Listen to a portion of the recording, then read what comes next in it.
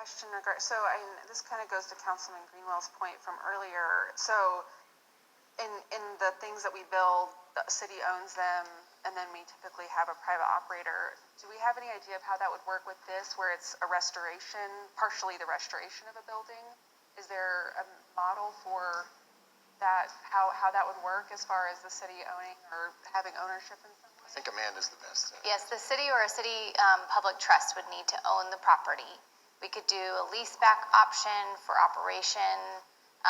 In some circumstances, we could do a leaseback purchase where after the use of the renovation, the life of that renovation, they get the opportunity to purchase back the property.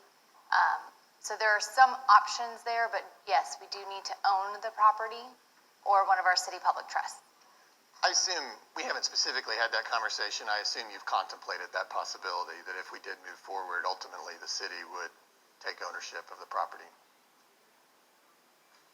For the city to take ownership, it would be our desire, that the Freedom Center would be designated as administrator and that it would maintain ownership of the property, that as long as this board and was able to maintain that level of accountability and responsibility for the project, and provided that were not the case, is that for it to revert the ownership to the city would be, I think, kind of the thinking of my board at this time. But all of that will now be before us. We have not had that level of discussion in terms of where we stand on that. Yeah.